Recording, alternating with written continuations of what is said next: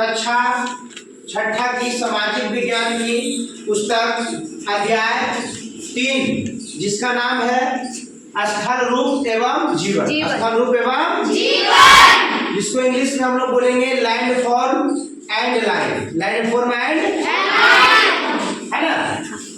उसमें से जो हम किताब पढ़ा रहे थे उसमें से बहुत सारे आप लोग को कठिन शब्द निकला है ना, और उस कठिन शब्दों को मैं अपने स्तर से अपने ब्लैक बोर्ड पे लिख दिए हैं और उसे हम बारीकी तौर से है ना एक एक करके आप लोग को समझाने की कोशिश करेंगे है ना। इसीलिए मैं उसको एक टॉपिक के रूप में महत्वपूर्ण बिंदु के रूप में हम इंडिकेट किए। उसमें से पहला जो पॉइंट है आपका है स्थल रूप। क्या है? स्थल रूप दो शब्द से मिलकर बना है स्थल जोड़ रूप। क्या है? स्थल जोड़ रूप। स्थल मतलब भूमि और रूप मतलब रंग, आधार, चेहरा, परिवर्तन। तो कहने का मतलब है कि जब किसी भूमि का अधिरूप चेंज होता है, बदलता है, तो उसी को बोलते हैं स्थल रूप। क्या बोलते हैं? स्थल रूप। तो भूमि पे स्थल रूप पे चेंज होना, जैसे भूमि है तो उसको गड्ढा हो जाना या उस पर पर्वत हो जाना, पठार हो जाना, मैदान हो जाना, ये सब सारे उनके, या नदी हो जाना, ये सब सारे उनका स्थल रूप का क्या है? उदाहरण। ये सब क्या है? स्थल रूप का उदाहरण। चलिए स्थल उसका हम देख रहे हैं पॉइंट नंबर 2 स्थल रूप का प्रकार। तो स्थल रूप का प्रकार मुख्यतः आपको किताब में 3 प्रकार के बताया। एक का बताया है पर्वत, एक का बताया है पठार, एक का बताया है मैदान। तो पर्वत जो होता है वो आपका भूमि से बहुत ऊंचा होता है, उसकी शीर्ष नोकीली होती है। क्या होती है? नोकीली। उसी को हम लोग पर्वत कहते हैं। पठार, जो पठार होता है वो भी आपका ऊंचा होता है जमीन से, समतल से, लेकिन उसका शीर्ष चौड़ा होता है। क्या होता है? चौड़ा। उसे हम लोग पठार कहेंगे। मैदान जो होता है इसकी समुद्र तल से अधिकतम ऊंचाई 300 मीटर होता है। कितना होता है? 300 मीटर। जो मैदान की जो ऊंचाई होता है ये कम से कम आपको 300 मीटर होता है ना। 300 मीटर तक इसका मैक्सिमम हाइट है, इससे ज्यादा इसका ऊंचाई नहीं होता। चलिए अब आ जाते हैं पॉइंट नंबर 3। पॉइंट नंबर 3 में एक वर्ड है तुंगता। क्या वर्ड है? तुंगता। इसको अंग्रेजी में एल्टीट्यूड कहते हैं। क्या कहते हैं? एल्टीट्यूड। समुद्र तल से किसी वस्तु के जो ऊंचाई होती है उसी को हम लोग क्या कहते हैं? तुंगता। क्या कहते हैं? तुंगता। क्या कहते हैं? तुंगता।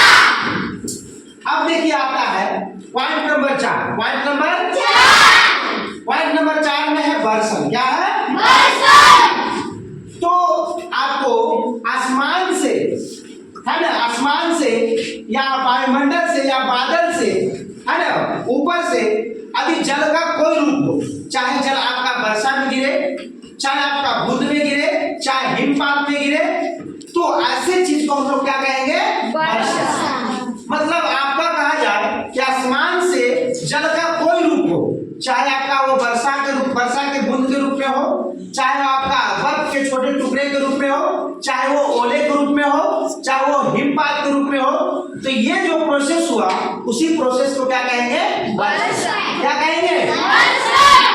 पर्वतीय वन आपका आगे का जो पॉइंट 5 नंबर क्या है? पर्वतीय वन। तो जो वन आपका पर्वत के क्षेत्र में पाए जाते हैं, जो वन आपका पर्वत के क्षेत्र में पाए जाते हैं, वैसे वन को हम लोग क्या कहेंगे? पर्वतीय वन। क्या कहेंगे? पर्वतीय वन। और पर्वतीय वन में ही शंकुधारी वृक्ष पाया जाता है। पर्वतीय वन में क्या पाया जाता है? शंकुधारी वृक्ष, जो कि आपका पॉइंट नंबर 6 लिखे। Point number 6। और शंकुधारी वृक्ष कहने का मतलब कि जो वृक्ष का आकार शंकु के जैसा होता है। जैसे आप आगे पढ़िएगा तो शंकु का इस प्रकार का आकार होता है ना। ये जो आकार है ये आपका आकार किसका है? शंकु का। तो जो भी पेड़ होंगे वो पेड़ का आकार इस तरीका का दिखेगा, तो ऐसे पेड़ को शंकुधारी वृक्ष कहेंगे। क्या कहेंगे? शंकुधारी वृक्ष। और शंकुधारी वृक्ष में बहुत सारे वृक्ष का आपको उदाहरण देके हम बताएं, जैसे चीड़ हो गया, फर हो गया, स्प्रूस हो गया, देवदार हो गया, ये सब जो उदाहरण है वो शंकुधारी वृक्ष का उदाहरण है। किसका है? शंकुधारी वृक्ष का। क्या आपको 6 नंबर पॉइंट समझने में कोई कठिनाई? चलिए आपका पॉइंट नंबर 7, लाइकेन। लाइकेन जो वर्ड है आपका, इसमें कवक और शैवाल यदि मिलेगा है ना, तो उसको से जो निर्माण होता है उसी को कहते हैं लाइकेन। मतलब लाइकेन बनने के लिए इसमें कवक और शैवाल यदि वो मिल जाएंगे तो क्या बनेगा? लाइकेन। क्या बनेगा? लाइकेन। मतलब कवक और शैवाल यदि आपको मिलेंगे तो किस चीज का निर्माण होगा? लाइकेन का। किस चीज का निर्माण होगा? लाइकेन। और कवक जो शैवाल है वो आपका समुद्र में, तालाब में, झील में, ये जगहों पे पाए जाएंगे। कौन? कवक और शैवाल। जब वो दोनों आपस में मिल जाएंगे तो मिलकर क्या बनेंगे? लाइकेन। और इसी से लिटमस पत्र तैयार किया जाता है। क्या किया जाता है? जो कि अम्ल और क्षार को जांच करने में मदद करता है। क्या चीज करने में मदद करता है? अम्ल और क्षार को जांच करने में क्या करता है? चलिए पॉइंट नंबर 8 आते हैं। पॉइंट नंबर 8 में आपका है अपर्दन। क्या है? अपर्दन कहने का मतलब कि आपका वायु के सहारे या आपको पानी के सहारे मिट्टी को कटकर एक जगह से दूसरे जगह जाना क्या कहलाता है? अपर्दन। क्या कहलाता है? जैसे आपका हवा के सहारे जो आपका जो मिट्टिया का जो धूलकण है वो उड़ के दूसरे जगह पे जाएंगे ना। या मान लीजिए कि बाढ़ आता है तो बाढ़ में जो मिट्टी है कोई जगह से कट के दूसरे जगह चला जाता है कि नहीं चला जाता? तो उसी चीज को हम लोग क्या कहेंगे? अपर्दन। क्या कहेंगे? क्या कहेंगे? अब आता है गंगा की कुल लंबाई। तो गंगा अपने आप में नदी है और गंगा आपकी भारत की सबसे लंबी नदी है ना, सबसे पवित्र नदी मानी जाती है। कौन? गंगा। और गंगा भारत की राष्ट्रीय नदी है ना, और इसकी कुल लंबाई 2525 किलोमीटर। कितना है? 2525 किलोमीटर है ना, इसकी गंगा नदी की लंबाई। चलिए आगे आते हैं पॉइंट नंबर 10 आता है कृषि। क्या है? कृषि मतलब है ना, फसल को उपजाना। जैसे आपका गेहूं उपजाए, चावल उपजाए है ना, धान उपजाए, जो भी उपजाएंगे वो सारा का सारा क्या कराएगा? कृषि। क्या कराएगा? कृषि। क्या कराएगा? कृषि है ना। कृषि भी 2 प्रकार का है, एक परंपरागत कृषि है, एक आधुनिक कृषि है।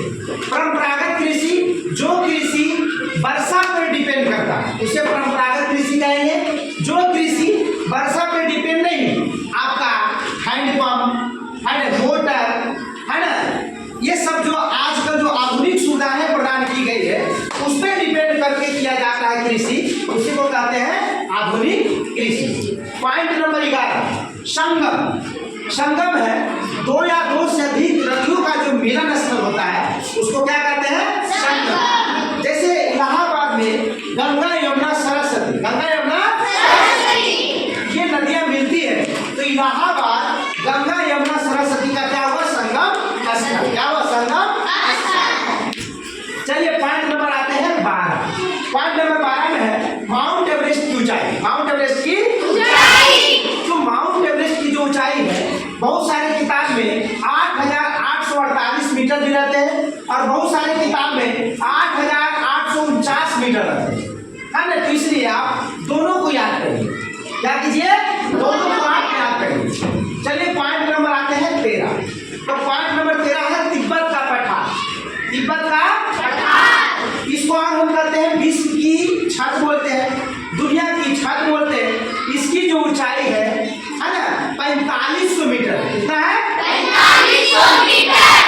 ऐसा आपको बताया गया है किताब में है ना, 4500 मीटर। पॉइंट नंबर 14 है, आपको कह दिए है ना, जो कालिदास है, कालिदास का एक श्लोक में कहा गया है ना कि पर्वतों का जो राजा है वो कौन है? हिमालय। कौन है? हिमालय। पर्वतों का राजा कौन कहलाते हैं? हिमालय।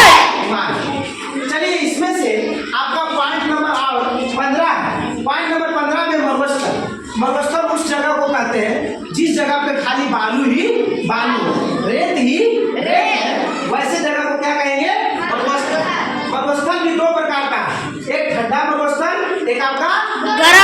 मरुस्थल। ठंडा मरुस्थल का कुछ एग्जाम्पल दिए हैं, है ना, सहारा, खार, है ना, ये सब ठंडा मरुस्थल है। गर्म मरुस्थल का कुछ उदाहरण दिए हैं, गोबी, अठामा, ये सब आपका गर्म मरुस्थल है। समझ में आ रहा है? ये सब क्या है? गर्म मरुस्थल।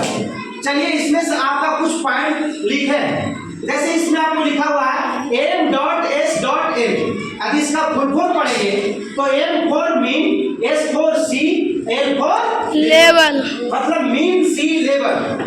माध्य समुद्र तल, माध्य समुद्र तल नहीं बोले।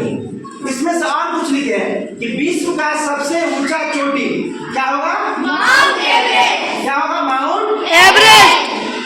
विश्व का सबसे पुराना पठार दक्कन का पठार, दक्कन का पठार। भारत का सबसे ऊंचा चोटी केटू, भारत का सबसे ऊंचा चोटी केटू, जिसको हम लोग गॉडविन अस्टीन कहते हैं। क्या कहते हैं? गॉडविन अस्टीन, है ना। दक्षिण भारत का सबसे ऊंची चोटी, इसका नाम है अनायमुड़ी। क्या है? अनायमुड़ी। क्या है? अनायमुड़ी। क्या है? अनायमुड़ी। आप देखिए आपको लिखे हैं कि माउंट एवरेस्ट को, माउंट एवरेस्ट जो है वो आपको दो देश में है, नेपाल और तिब्बत में। नेपाल और तिब्बत में। नेपाल में माउंट एवरेस्ट के जो लोग हैं वो कहते हैं उसको सागर माथा। क्या कहते हैं? सागर। लेकिन तिब्बत के जो लोग हैं माउंट एवरेस्ट को चोमो लुंगमा कहते हैं। क्या कहते हैं? चोमो लुंगमा। अब यदि आपको कोई पूछेगा कि माउंट एवरेस्ट पे चढ़ने वाले प्रथम भारतीय महिला, प्रथम भारतीय महिला तो कौन है? बछेंद्री पाल। कौन है? बछेंद्री पाल। कौन है? कौन है? है ना, माउंट एवरेस्ट पे चढ़ने वाले ये क्या है? महिला है। अभी कोई कहेगा अंटार्कटिक महाद्वीप का जो सबसे ऊंची चोटी है उसका क्या नाम है? Mount Wilson. क्या नाम है? Mount Wilson. क्या नाम है? Mount Wilson. क्या नाम है? Mount Wilson. अरे किसकी चोटी है? अंटार्कटिक। किसकी है? अंटार्कटिक। किसकी है? अंटार्कटिक महाद्वीप की सबसे ऊंची चोटी। जैसे इसमें बहुत सारे आपको जलप्रपात भी बताए होंगे, है ना। जैसे आपको जलप्रपात में बताया गया होगा कि जोग जलप्रपात शरावती नदी पर है। कैसा नदी पर है? शरावती नदी पर है। हुंड्रू जलप्रपात ये किस नदी पर है? स्वर्णरेखा नदी पे। किस नदी पर है? ऐसे ऐसे बहुत सारे जलप्रपात हैं जो कि आगे आने वाली कक्षा में हम आप लोग को बताएंगे, उस पर डिस्कस करेंगे। क्या आप छोड़ दें?